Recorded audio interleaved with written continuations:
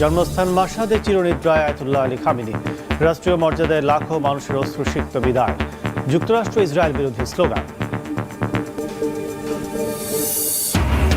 চীনের পূর্ব উপকূলে বছরের নবম টাইফুন বাভি, শনিবার রাতে আঘাত হানার পূর্বাভাস।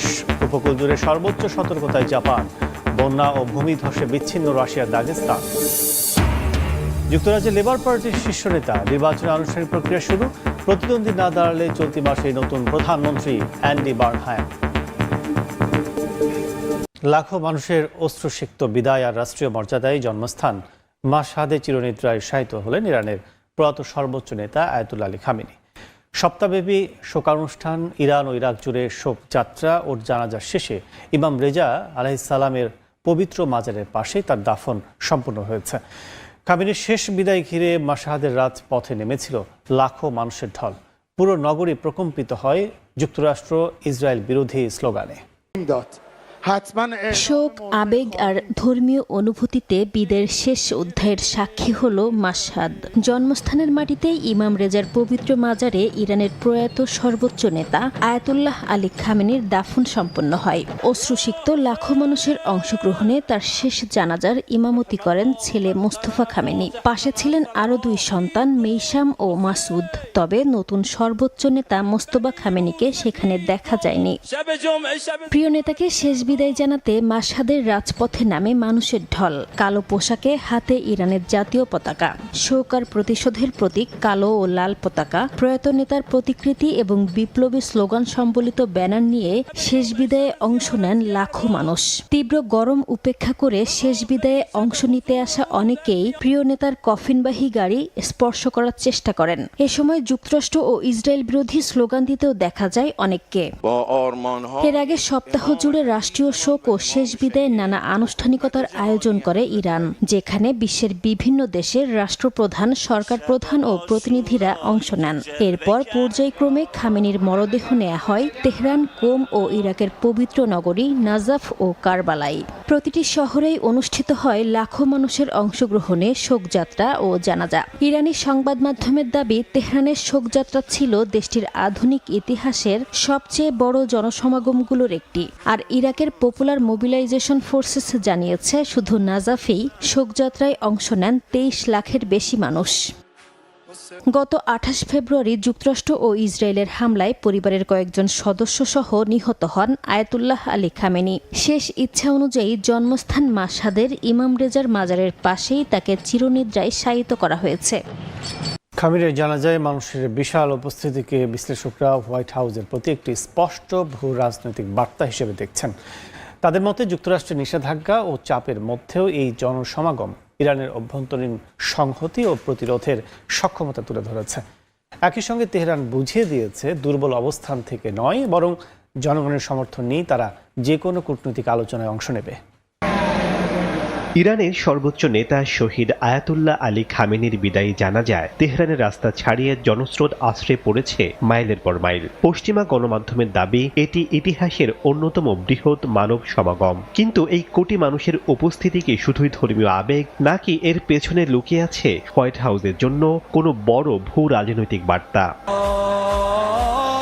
দীর্ঘদিনের মার্কিন নিষেধাজ্ঞা, অর্থনৈতিক চাপ আর একের পর এক সামরিক সংঘাতের পর পশ্চিমা বিশ্লেষকদের ধারণা ছিল ইরানের ভেতরের শাসন ব্যবস্থা হয়তো ভেঙে পড়ার মুখে। কিন্তু এই জনসমুদ্র প্রমাণ করেছে, তীব্র বাহ্যিক চাপ সত্ত্বেও ইরানের একটি বড় অংশের জনগণের সামাজিক ঐক্য এবং প্রতিরোধ ক্ষমতা এখনও অনেকটা শক্তিশালী। জানাজার পুরোটা সময় জুড়ে সবচেয়ে জোরালো সুর ছিল মার্কিন ও ইসরায়েলি আগ্রাসনের বিরুদ্ধে। ডোনাল্ড ট্রাম্প এবং বেনিয়ামিন নেতানিয়াহুর ছবিতে লাল রঙের নিশানা এঁকে স্লোগান উঠেছে, কোনো আপোষ নয়, কেবলই প্রতিশোধ। অন্যদিকে ওয়াশিংটন ডিসিকে ইরান সাফ জানিয়ে দিয়েছে, তাদের শীর্ষ নেতৃত্বের ওপর আঘাতের হিসাব তারা ভুলে যায়নি। বিশ্লেষকরা মনে করেন, পর্দার আড়ালে যখনই কোনো কূটনৈতিক আলোচনা বা যুদ্ধবিরতির চেষ্টা চলে, ইরান ঠিক তখনই রাস্তায় এই অভূতপূর্ব শক্তির প্রদর্শন করে। এর মাধ্যমে তারা যুক্তরাষ্ট্রকে বোঝাতে চায়, তেহরান কোনো দুর্বল অবস্থান থেকে বা মাথা নত করে সমঝোতা করছে না। এই কোটি মানুষের সমর্থন নিয়েই তারা যে কোনো আলোচনার টেবিলে বসে। টাইফুন মেওস্যাকের প্রভাবে ভয়াবহ বন্যার পর এবার চীনের পূর্ব উপকূলে ধেয়ে আসছে বছরের নবম টাইফুন বাভি। শনিবার রাতে এটি ফুজিয়ান ও জেজিয়াংয়ের মধ্যবর্তী উপকূলে আঘাত হানতে পারে বলে পূর্বাভাস দিয়েছে দেশটির আবহাওয়া দফতর। সম্ভাব্য উপকূল জুড়ে সর্বোচ্চ সতর্কতায় পার্শ্ববর্তী জাপানও। এদিকে বন্যা ও ভূমিধসে রাশিয়ার দাগেস্তানের 60টির বেশি জনপদ যোগাযোগ বিচ্ছিন্ন হয়ে পড়েছে। বন্যায় বিপর্যস্ত চীনের দক্ষিণাঞ্চলের গুয়াংশি অঞ্চল। টাইফুন মেওস্যাকের প্রভাবে সৃষ্ট ভারী বর্ষণে সেখানে ভয়াবহ বন্যা দেখা দিয়েছে। গুইগাং শহরের শিজিয়াং এডুকেশন পার্কে আটকা পড়েছেন 12,000-এর বেশি শিক্ষক ও শিক্ষার্থী। পানির গভীরতা কোথাও কোথাও 7 মিটার ছাড়িয়েছে। ডুবে গেছে শিক্ষা প্রতিষ্ঠান, বাড়িঘর, বিচ্ছিন্ন হয়েছে বিদ্যুৎ ও পানির সংযোগ। এছাড়া বিভিন্ন এলাকায় আটকা পড়েছেন বহু মানুষ। এমন পরিস্থিতিতে আটকে পড়াদের উদ্ধার অভিযানে নেমেছে একাধিক সরকারি সংস্থা। নৌকা ও রাবারের তৈরি ডিঙি ব্যবহার করে সবাইকে সরিয়ে নেওয়ার কাজ চলছে। কর্মকর্তারা বলছেন, বিপুল সংখ্যক মানুষকে নিরাপদ স্থানে নেয়াই এখন সবচেয়ে বড় চ্যালেঞ্জ। এদিকে চীনের পূর্ব উপকূলে ধেয়ে আসছে বছরের নবম টাইফুন বাভি। শক্তিশালী এই ঝড় মোকাবিলায় ফুজিয়াং ও ঝেজিয়াং প্রদেশে জরুরি প্রস্তুতি জোরদার করা হয়েছে। দ্বিতীয় সতর্কতা জারি করেছে দেশটির আবহাওয়া দফতর। শনিবার রাতে শক্তিশালী টাইফুন হিসেবে ফুজিয়াংয়ের ফুচিং ও ঝেজিয়াংয়ের ওয়েনলিংয়ের মধ্যবর্তী উপকূলে আঘাত হানতে পারে বাভি। ঝড়ের প্রভাবে এরই মধ্যে নদীর পানি বাড়তে শুরু করেছে। এমন পরিস্থিতিতে নৌযান চলাচলে সতর্কতা জারি করে বিপজ্জনক পণ্যবাহী জাহাজগুলোকে নিরাপদ স্থানে সরিয়ে নেওয়া হচ্ছে। বাভির প্রভাব পড়তে পারে এমন আশঙ্কায় সতর্ক অবস্থান নিয়েছে জাপান। দেশটির দক্ষিণাঞ্চলীয় দ্বীপ ইশিগাকিতে আঘাত হানার আশঙ্কা থেকে বাড়িঘর ও দোকানপাট আরও মজবুত করার চেষ্টা করছেন স্থানীয়রা। বাতিল করা হয়েছে কয়েক ডজন ফ্লাইট। সৈকতের পাশাপাশি সাময়িকভাবে বন্ধ রয়েছে ফেরি চলাচলও। অন্যদিকে রাশিয়ার দক্ষিণাঞ্চলের দাগেস্তানেও ভারী বৃষ্টিতে সৃষ্ট বন্যা ও পাহাড় ধসে যোগাযোগ বিচ্ছিন্ন হয়ে পড়েছে 60টির বেশি জনপদ। প্রায় 36,000 মানুষ বিদ্যুৎহীন হয়ে পড়েছেন। উলুচাই নদীর পানি বেড়ে একটি বাঁধ ভেঙে গেছে। ক্ষতিগ্রস্ত হয়েছে বহু সড়ক। এতে ভোগান্তিতে পড়েছেন দেশটির বাসিন্দারা। অধিকৃত পশ্চিম তীরে হামলা আরও জোরদার করেছে ইসরায়েলি বাহিনী। বৃহস্পতিবারও গুলিবিদ্ধ হয়েছে 2 জন। দখলদারদের আগ্রাসনে গাজায় আরও 6 ফিলিস্তিনি নিহত হয়েছেন। আর গত 48 ঘন্টায় গাজায় প্রাণহানি বেড়ে দাঁড়িয়েছে 15 জনে। এই অবস্থায় গাজা ইস্যুতে লেবার পার্টির আগের অবস্থানের জন্য দুঃখ প্রকাশ করেছেন যুক্তরাজ্যের পরবর্তী প্রধানমন্ত্রীর দৌড়ে এগিয়ে থাকা অ্যান্ডি বার্নহ্যাম। যুদ্ধবিরতির পরও গাজায় প্রতিদিন ঝরছে প্রাণ। স্থানীয় সময় বৃহস্পতিবার ইসরায়েলি ড্রোন হামলা ও গুলিবর্ষণে বেশ কয়েকজন ফিলিস্তিনি নিহত হয়েছেন বলে জানিয়েছে গাজার সিভিল ডিফেন্স ও স্বাস্থ্য কর্তৃপক্ষ। নুসেইরাত শরণার্থী শিবিরে একটি ড্রোন হামলায় কয়েকজন প্রাণ হারিয়েছেন বলেও খবর পাওয়া গেছে। এছাড়া হামাসের মুখপাত্র হাজেম কাশেমকে বহনকারী একটি গাড়ি লক্ষ্য করে চালানো হামলায় তার দেহরক্ষী নিহত হন। তবে হামাস নেতা কাশেম ওই গাড়িতে ছিলেন না। গাজার স্বাস্থ্য মন্ত্রণালয়ের তথ্য মতে 2023 সালের অক্টোবর থেকে শুরু হওয়া ইসরায়েলি অভিযানে এখন পর্যন্ত নিহত হয়েছেন 73,000-এর বেশি ফিলিস্তিনি। আহত হয়েছেন প্রায় 1,74,000। গত বছরের অক্টোবর থেকে কার্যকর যুদ্ধবিরতির পরও প্রাণ হারিয়েছেন 1,000-এর বেশি। এদিকে ওষুধ ও চিকিৎসা সরঞ্জামের তীব্র সংকটে প্রায় অচল হয়ে পড়েছে উপত্যকার পরীক্ষাগার ও ব্লাড ব্যাংক। স্বাস্থ্য মন্ত্রণালয় সতর্ক করে বলেছে, জরুরি সরবরাহ না পৌঁছালে এসব সেবা পুরোপুরি বন্ধ হয়ে যেতে পারে। অধিকৃত পশ্চিম তীরে অভিযান, হামলা ও ধ্বংসযজ্ঞ আরও জোরদার করেছে ইসরায়েলি বাহিনী ও বসতি স্থাপনকারীরা। ফিলিস্তিনি বার্তা সংস্থা ওয়াফা জানিয়েছে, রামাল্লার আল মুগাইরি এলাকায় ইসরায়েলি সেনাদের অভিযানে কয়েকজন ফিলিস্তিনি গুলিবিদ্ধ হয়েছেন। তল্লাশির নামে বাড়িতে ঢুকে কয়েকজনকে মারধর করারও খবর শোনা গেছে। নাবালুসের ইয়ানুন গ্রামে একমাত্র প্রাথমিক বিদ্যালয়টি গুড়িয়ে দেয় ইসরায়েলি বসতি স্থাপনকারীরা।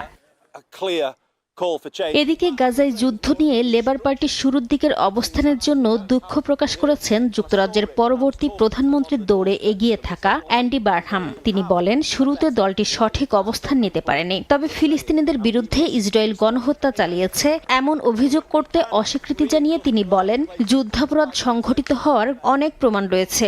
এ বিষয়ে চূড়ান্ত সিদ্ধান্ত নেওয়ার দায়িত্ব আন্তর্জাতিক আদালতের। অন্যদিকে গাজার কামাল আদওয়ান হাসপাতালের পরিচালক ডাক্তার হুসাম আবু সাফিয়ার মুক্তির দাবিতে একাত্মতা প্রকাশ করেছে ফ্রান্স। একই সঙ্গে উপত্যকা থেকে ইসরায়েলি সেনা প্রত্যাহারের আহ্বান জানিয়েছে দেশটি। দখলদার বাহিনীর হামলায় ধ্বংসস্তূপে পরিণত হওয়া গাজা উপত্যকায় বেড়েছে গুরুতর আহত রোগীর সংখ্যা। অনেকের অঙ্গহানি হয়েছে, কারো মেরুদণ্ডে গুরুতর আঘাত, কেউ বা হারিয়েছেন দৃষ্টিশক্তি। তীব্র চিকিৎসা সংকটে ধুঁকতে থাকা উপত্যকার এসব মানুষের স্বাভাবিক জীবনে ফেরার শেষ ভরসা পুনর্বাসন কেন্দ্রগুলো। তবে সেসব কেন্দ্রে যেতেও পড়তে হচ্ছে নেতানিয়াহু বাহিনীর হামলার মুখে। গুরুতর আহত এসব রোগীদের বিদেশে চিকিৎসার সুযোগ নিশ্চিতের আহ্বান হাসপাতাল কর্তৃপক্ষের। গাজার স্বাস্থ্য ব্যবস্থাকে পুরোপুরি ধসিয়ে দিয়েছে ইসরায়েলি বাহিনীর চরম বর্বরতা। যুদ্ধবিরতির পরও আন্তর্জাতিক সহায়তা প্রবেশে দেয়া হচ্ছে বাধা। এর জেরে হাসপাতালগুলোতে চিকিৎসা সরঞ্জাম ঔষধের ঘাটতি ভয়াবহ আকার ধারণ করেছে। দখলদার সেনাদের হামলা থেকে বেঁচে ফিরলেও যুদ্ধাহত হাজারো মানুষের দীর্ঘমেয়াদী পুনর্বাসনই এখন সবচেয়ে বড় চ্যালেঞ্জ। খান ইউনিসে ফিলিস্তিন রেড ক্রিসেন্ট সোসাইটির পুনর্বাসন কেন্দ্রে প্রতিদিনই ভিড় করছেন শিশু থেকে শুরু করে নানা বয়সী রোগীরা, যেখানে শারীরিক থেরাপির পাশাপাশি মানসিক সহায়তা পাচ্ছেন তারা। তবে অনেকের অভিযোগ প্রয়োজনের তুলনায় সেবার পরিধি খুবই সীমিত। এখানে যারা আছে সবাই যুদ্ধে আহত হয়েছেন, কেউ পক্ষাঘাতে ভুগছেন, আবার কারো মেরুদণ্ডে গুরুতর আঘাত লেগেছে। দুঃখজনকভাবে তাদের বেশিরভাগই শিশু ও তরুণ। হাসপাতাল কর্তৃপক্ষ বলছে প্রয়োজনীয় ফিজিওথেরাপি সরঞ্জামের সংকট চরমে পৌঁছেছে। একই সঙ্গে গাজার বিভিন্ন এলাকা থেকে রোগীদের স্বাস্থ্য কেন্দ্রে পৌঁছাতেও নানা বাধার মুখে পড়তে হচ্ছে। সীমান্ত খুলে দিয়ে পুনর্বাসন সামগ্রী প্রবেশ এবং গুরুতর রোগীদের বিদেশে চিকিৎসা সুযোগ নিশ্চিত করার আহ্বান জানান দায়িত্বরতরা। চিকিৎসা সরঞ্জামের তীব্র সংকটের কারণে আমরা বড় ধরনের চ্যালেঞ্জের মুখে রয়েছি। আমরা আশা করি সীমান্ত ক্রসিংগুলো খুলে দেয়া হবে, যাতে প্রয়োজনীয় পুনর্বাসন সামগ্রী গাজায় প্রবেশ করতে পারে এবং রোগীরা বিদেশে গিয়ে চিকিৎসা নেওয়ার সুযোগ পান। গাজার সরকারি মিডিয়া অফিসের তথ্য অনুযায়ী উপত্যকায় বর্তমানে দীর্ঘমেয়াদী পুনর্বাসনের প্রয়োজন এমন মানুষের সংখ্যা 19,000-এরও বেশি। তাদের মধ্যে 5,000-এর বেশি অঙ্গহানি, 1,500-এর বেশি পক্ষাঘাত এবং 1200-এর বেশি মানুষ দৃষ্টিশক্তি হারিয়েছেন।